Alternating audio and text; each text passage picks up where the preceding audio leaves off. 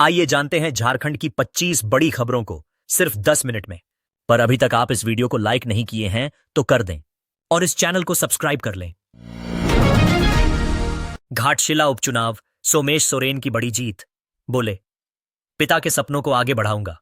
घाटशिला विधानसभा उपचुनाव में झामुमो उम्मीदवार सोमेश चंद्र सोरेन ने भाजपा के बाबूलाल सोरेन को 38,524 वोटों से हराकर शानदार जीत दर्ज की।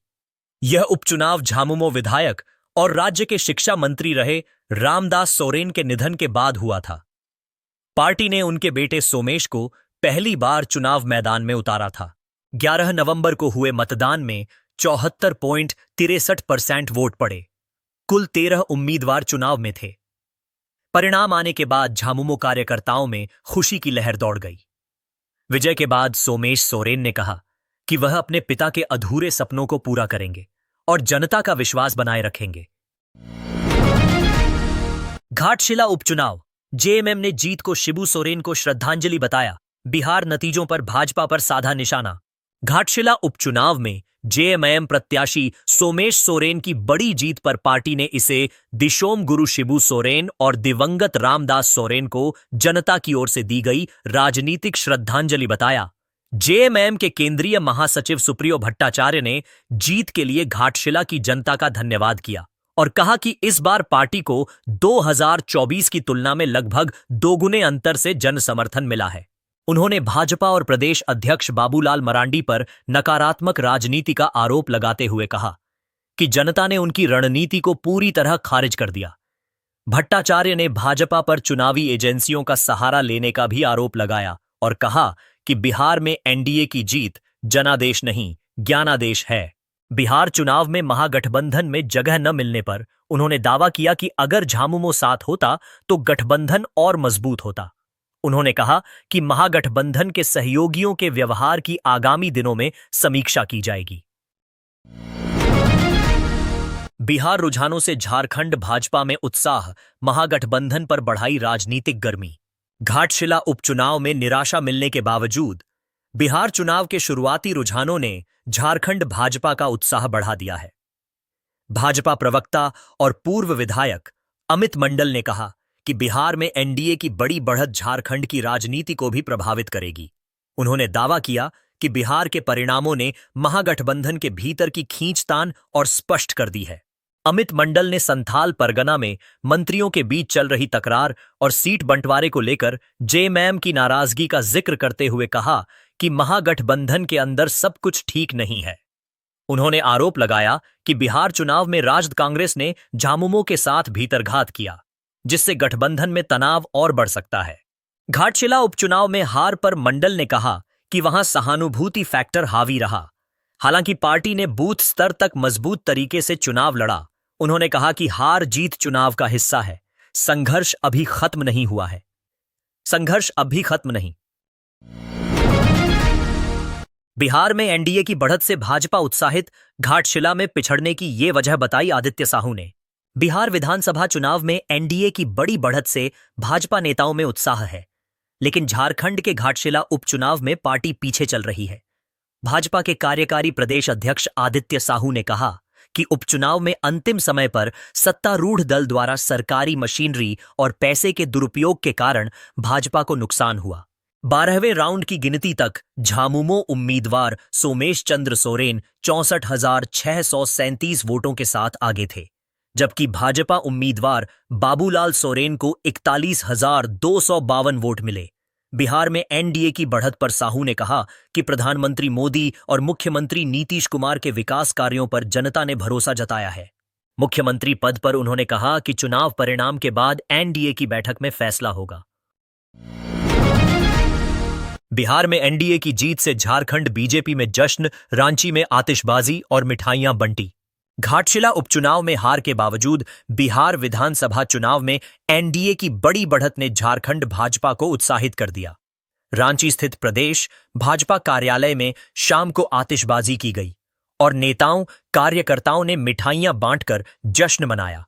प्रदेश अध्यक्ष बाबूलाल मरांडी ने कहा कि बिहार के विकास कार्यों पर जनता ने भरोसा जताया है, इसलिए जीत पहले से तय मानी जा रही थी।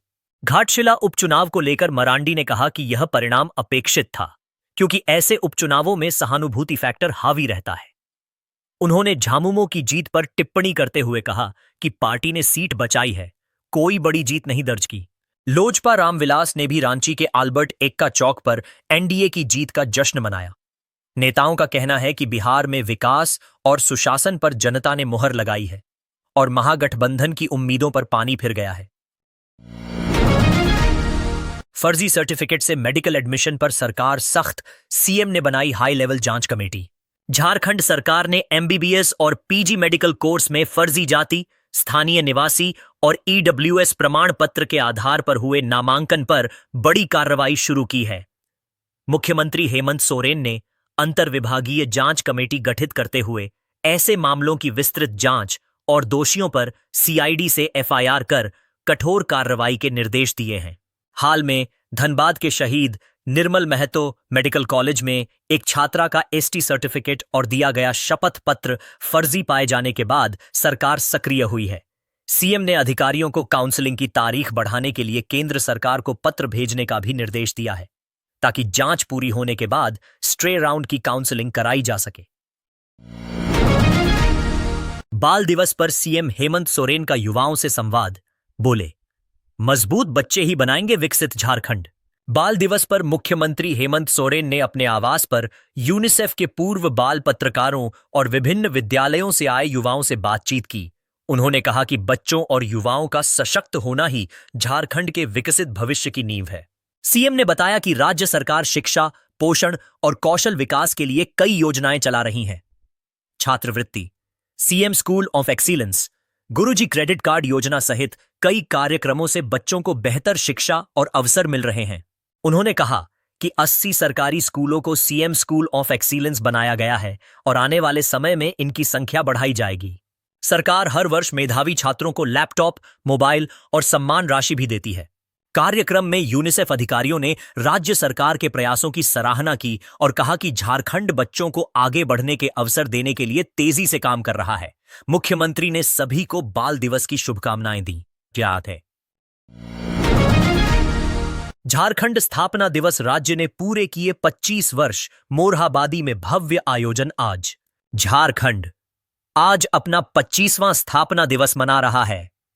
15 नवंबर 2000 को बिहार से अलग होकर बने राज्य की वर्षगांठ पर रांची के मोरहाबादी मैदान में भव्य समारोह आयोजित किया गया है। यहां झारखंड की कला, संस्कृति, इतिहास और विकास यात्रा को दर्शाने वाली बड़ी प्रदर्शनी लगाई जाएगी। मुख्य समारोह में राज्यपाल सीपी राधाकृष्णन और मुख्यमंत्री हेमंत सोरेन शामिल होंगे। दोपहर 1 बजे से औपचारिक कार्यक्रम शुरू होंगे। पूरा मैदान झारखंड थीम पर सजाया गया है और राज्य की उपलब्धियों को विशेष मंच पर प्रदर्शित किया जाएगा। स्थापना दिवस को लेकर रांची के कई हिस्सों में वॉल पेंटिंग अभियान चलाया गया है, जिसमें सोहराय, खोवादाई, आदिवासी जीवन शैली, लोक नृत्य और प्रकृति से जुड़ी झारखंडी कला की झलक देखने को मिल रही है। कार्यक्रम के लिए सुरक्षा व्यवस्था भी कड़ी की गई है। कुल 10,000 पुलिसकर्मी तैनात किए गए हैं।